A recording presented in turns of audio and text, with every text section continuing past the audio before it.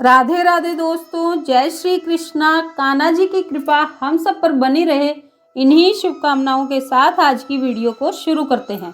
दोस्तों, आप सबका हमारे YouTube चैनल भक्ति में आस्था पर हार्दिक स्वागत है। आज की इस वीडियो में हम आपको माघ मास महात्म्य का 18वां अध्याय पढ़कर सुनाएंगे।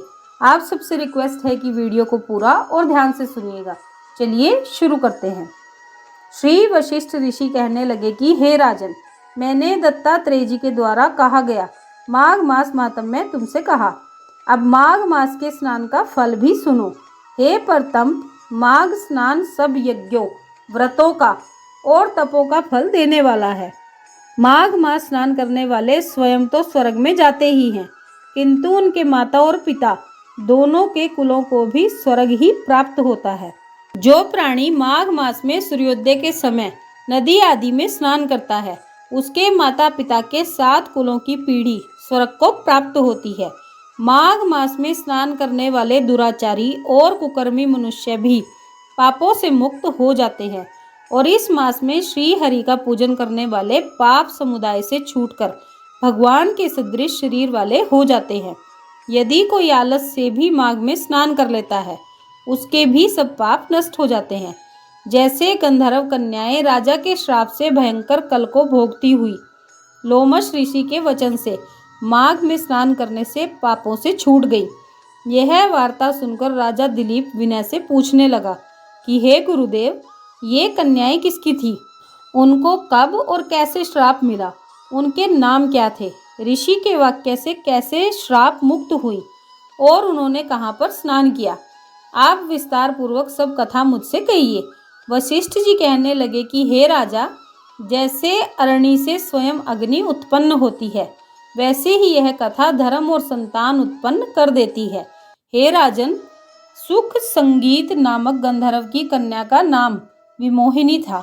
सुशीला तथा स्वर वेदी की सुंबरा, चंद्रकांत की सुतारा तथा सुप्रभा की कन्या चंद्रिका, ये 5 सब समान आयु वाली तथा चंद्रमा की जैसी कांति वाली और सुंदर थी। जैसे रात्रि को चंद्रमा शोभायमान होता है, वैसे ही पुष्प की कलियों के समान खिली हुई ये अप्सराएं थीं। ऊंचे पयोधर वाली पद्मिनी वैशाख मास की कामिनी, यौवन दिखाती हुई नवीन पत्तों वाली लता के सदृश, गोरे रंग सोने के सदृश चमकती हुई और सोने के अलंकारों से सुशोभित, सुंदर वस्त्र धारण किए हुए, अनेक प्रकार के गाने और वीणा अथवा बांसुरी तथा दूसरे बाजे बजाने में प्रवीण और ताल, स्वर तथा नृत्य कला में निपुण थीं। इस प्रकार वे कन्याएं क्रीड़ा करती हुई कुबेर के स्थान में विचरती थीं। एक समय कौतुकवश माघ मास में एक वन से दूसरे वन में विचरती हुई मंदिर के पुष्प तोड़कर सरोवर पर गौरी पूजा के लिए गई।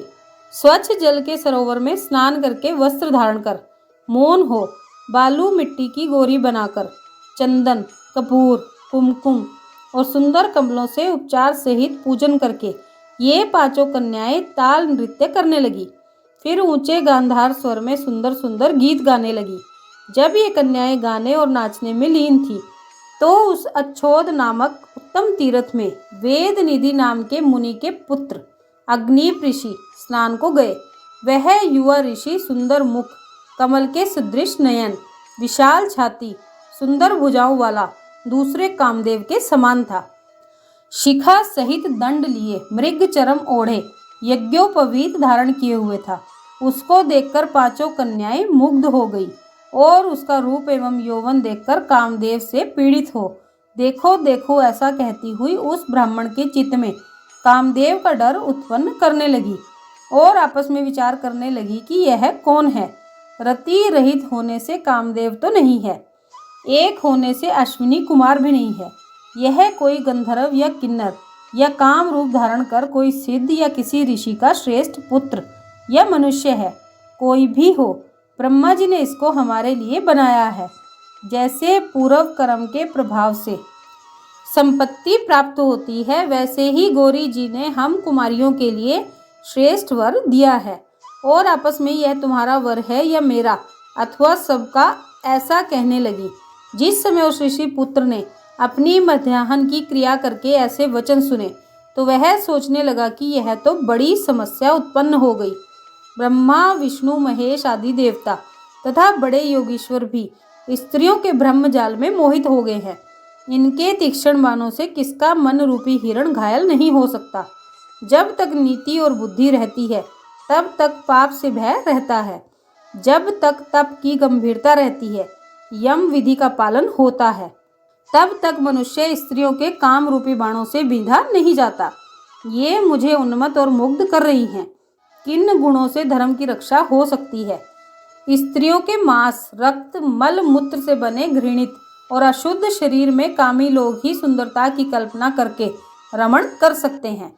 शुद्ध बुद्धि वाले महात्माओं ने स्त्रियों के पास रहना कष्टकारक कहा है। सो जब तक यह पास आवे घर चले चलना चाहिए। अतः जब तक वह उसके पास आई, वह योग बल से अंतर ध्यान हो गया।